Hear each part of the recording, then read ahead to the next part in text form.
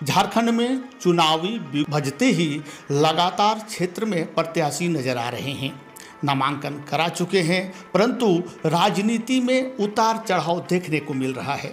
वह राजनीति दूर चली गई जब एक प्रत्याशी दूसरे प्रत्याशी का सम्मान करते थे, विकास के नाम पर वोट मांगते थे, एक दूसरे का सम्मान करते हुए आगे बढ़ते थे। आज की राजनीति आप देख रहे हैं, आरोप प्रत्यारोप लगाते चले जा रहे हैं और इलेक्शन कमीशन को बाध्य होकर कार्रवाई करनी पड़ रही है। हमारे साथ सिंदरी के पूर्व विधायक आनंद महतो जी हैं। हम इनसे जानने का प्रयास करेंगे कि उस समय जो राजनीति थी और आज की राजनीति में क्या परिवर्तन ये देख रहे हैं। सर, स्वागत आपका। कितना परिवर्तन देख रहे हैं आप, उस समय जो आप राजनीति करते थे और आज जो राजनीतिक परिदृश्य आप देख रहे हैं? देखिए, आज का जो राजनीति है नीति वियुक्त है, केवल राज ही दिखाई पड़ता है और इस राज में आम जनता का कोई विकास नहीं हो रहा है। मूलभूत जो आवश्यकताएं हैं उनका भी पूर्ति नहीं हो रहा है, जिसके चलते आज विशेष करके समाज के नीचे तबके के लोग आर्थिक दृष्टिकोण से जो कमज़ोर हैं, गरीब हैं, उन लोगों में काफ़ी आक्रोश है। और आक्रोश होने का कारण यह है कि एनडीए सरकार जो कहती है वो करती नहीं है, इसलिए लोगों के दिमाग में ये घुस गया है कि एनडीए सरकार झूठ बोलती है, धोखा देती है। इसलिए काफ़ी आक्रोश है एनडीए के प्रति, विशेष करके भाजपा के प्रति आम जनता में, और आम जनता में विशेष करके जो बहुसंख्यक है, गरीब लोग, हरिजन, आदिवासी, दलित, इन लोगों में है। सर, लगातार जो भी विधायक रहे हैं अपने समय में काम किए हैं, आपने भी काम किया, तो आपकी नज़र में कौन सा काम रह गया जो आज तक नहीं हो पाया है, जिसे हो जाना चाहिए था? क्योंकि समय परिवर्तन हो रहा है और परिवर्तित समय के अनुसार काम करना चाहिए, तो कौन सा काम रह गया? मैं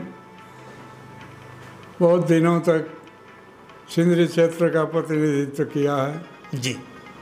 उस वक्त शिक्षा का स्तर बहुत ही नगण्य था। गांव में शिक्षा का प्रबंध था ही नहीं, इसलिए मैंने अपने समय में शिक्षा के प्रति काफ़ी झुकाव लगाए थे और सभी गांव में जहां 500 से ज़्यादा आबादी है वहां प्राथमिक विद्यालय खुलवाने का मैंने कोशिश किया और खुलवाया है।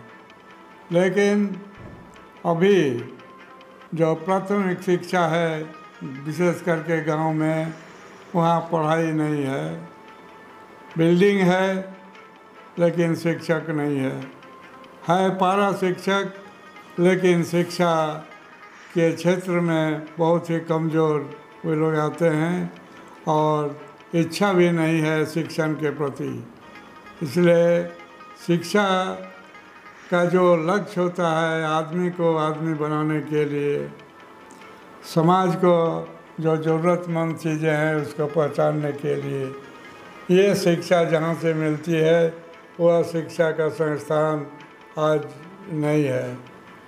आज बड़े बड़े जो सरमायादार घर हैं उनके लिए निजी शिक्षा क्षेत्र में शिक्षण केंद्र खोला है, जो कि बहुत आपका खर्चीला है और गांव के लोग उसके लायक नहीं है। उससे हुए सहयोग अपने को एडजस्ट नहीं कर पा रहा है। इसलिए गांव का जहाँ की शिक्षा का रोशनी ज़रूरत है वहाँ शिक्षा का अभाव अभी भी है। दूसरी बात, मैंने अपने टाइम में, अपने समय में जो बेरोजगारी थे, गांव के पढ़े लिखे लोग, शहर के पढ़े लिखे लोग, उन लोगों को रोजगार के लिए मैंने ही सबसे पहले स्थानीय लोगों को, स्थानीय बेरोजगार युवकों को रोजगार देने का सवाल को उठाया था और काफ़ी लंबा समय तक आंदोलन भी किया। लेकिन आज बेरोजगार, ये जो आज 24 साल का ये जो अंतर रहा झारखंड होने के बाद, इसमें देखते हैं कि आपका बेरोजगारी की संख्या और बढ़ती गई, बेरोजगार का पहाड़ बनते गया। और उस तरफ कोई आपका ये एनडीए सरकार, भाजपा सरकार ये झारखंड का भी सरकार का जो नींव डालने वाला भाजपा, उन्होंने ये रोजगार के तरफ ध्यान नहीं दिया। आज देखते हैं जितने कल कारखाना है, कोलियरी है, यह बंद हो रहा है। आज हम देखते हैं कि गांव में जो खेती लायक ज़मीन है उसका उपजाऊ क्षमता घट रहा है, उसमें पानी का कोई प्रबंध आज तक हुआ नहीं है, जिसके चलते गांव में शहर में बेरोजगारी बढ़ती जा रही है। इसलिए गांव शहर के पढ़े लिखे लड़के आज पलायन कर रहा है रोजगार के लिए। तो आपने जो कहा, विनोद बाबू का यह जगह रहा है, जो भी यहाँ आते हैं, यहाँ तक कि मुख्यमंत्री भी अपने बात में कहते हैं कि विनोद बाबू पुरोधा रहे यहाँ के। उन्होंने स्लोगन दिया था, पढ़ो बढ़ो लड़ो, जब तक पढ़ोगे नहीं, बढ़ोगे नहीं, लड़ोगे कहाँ। क्या उनको लोग सिर्फ राजनीतिक हथियार बना रहे हैं? शिक्षा समुचित में क्यों नहीं हो पा रहा है? विनोद बाबू हो, ए.के. राय हो, सभी का ध्यान शिक्षा के प्रति रहा, क्योंकि मैंने पहले ही कहा कि शिक्षा, जब तक हम शिक्षित नहीं होंगे तो हम अच्छा बुरा को पहचान नहीं पाएंगे। हमको क्या करना है, क्या नहीं करना है, इसका जानकारी हमको नहीं मिलेगी। इसलिए शिक्षा के प्रति विनोद बिहारी महतो ने काफ़ी ध्यान दिया। उन्होंने अपने व्यक्तिगत रोजगार का भी बहुत बड़ा अंश को शिक्षा के ही में लगाया है। साथ ही साथ ये शिक्षित होने के बाद जब बच्चे बेरोजगार होने लगे, तब उन्होंने ये सर्वे शोध किया कि शिक्षित होने से ही केवल जो जीवन का जो मूलभूत आवश्यकता का पूर्ति नहीं हो सकता है। इसके लिए हमको अपने आवाज़ उठाना पड़ेगा, सब मिल कर के आंदोलन करना पड़ेगा। इसलिए लड़ो का नारा दिया है।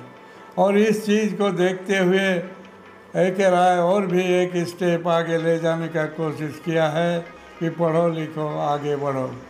आगे बढ़ने के लिए उन्होंने सब एकता हो करके सब आगे बढ़ाने के लिए उन्होंने नारा दिया था ए.के. राय ने।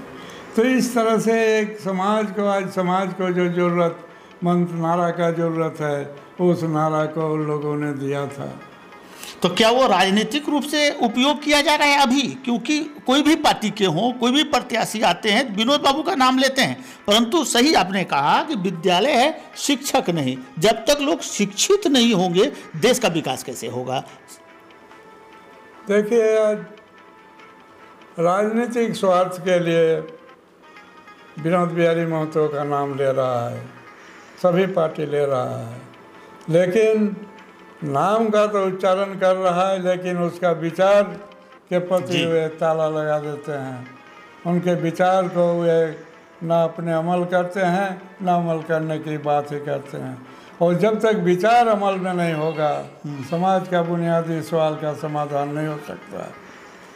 सर, आखिरी प्रश्न हम आपसे लेना चाहेंगे कि अभी जो राजनीतिक मूल्य है वो घट रहा है, यानी लोगों की जो मोरल है, एक दूसरे पर व्यक्तिगत टीका टिप्पणी करते हैं, विकास की बात लोग नहीं करते। तो इस राजनीति को आप किस तरह ले रहे हैं? क्योंकि एक समय का राजनीति था जिस समय आप लोग करते थे, या उसके बाद कि वाजपेयी जी बाहर जाते हुए भी सत्ता पक्ष का गुणगान किया करते थे, आप दूसरे जो विधायक हैं उनका अच्छे कार्यों का सराहना करते थे। आजकल टिप्पा टिप्पणी चल रही है, तो इस पर क्या कहेंगे आप? देखिए, इसके लिए हम लोगों का सोच है कि राजनीति जिनको करना चाहिए वे राजनीति नहीं कर रहा है, राजनीति से दूर है। और जिसका राजनीति का ज़रूरत नहीं है वो आज राजनीति में हावी है। तो इसलिए हम लोगों का शुरू से झुकाव रहा कि जो लोग वंचित है राजनीति से दूर है, उनके बीच में जाएं और राजनीतिक बात को उनके सामने रखें। उनके सामने ये बात हम लोग रखने का प्रयास किया है कि आज तमाम जितना माने निर्माण काम हो रहा है, उत्पादन हो रहा है, सेवा हो रहा है, सब में साझेदारी हरिजन, आदिवासी, गरीब लोगों का है। लेकिन उनका हालत, वे उत्पादन करते हैं, निर्माण करते हैं, सेवा करते हैं, लेकिन उनका हालत बदतर है। और जिनका योगदान नहीं है उत्पादन में, उनका स्थिति अच्छी है। तो ये क्यों है, इन बातों को आम जनता के सामने, विशेष करके दलित लोगों के सामने रखने का हम लोग प्रयास किए हैं। प्रयास करने का लक्ष्य ये है कि वे लोग राजनीति के बगल में आवे और राजनीति करें और राजनीति को सही दिशा दें। और आज इसीलिए नीचे तबके के लोग राजनीति के संपर्क में आ रहा है, राजनीति को समझने का कोशिश कर रहा है, सही राजनीति का दिशा देने के बारे में सोच रहा है। बहुत बहुत धन्यवाद महाशय समय देने के लिए। आप थे पूर्व विधायक आनंद महतो जी, जो सिंदरी विधानसभा में लगातार जनता का सेवा करते रहे थे। इन्होंने साफ शब्दों में कहा कि राजनीति में परिवर्तन हुआ है, जो मूल्यांकन होना चाहिए।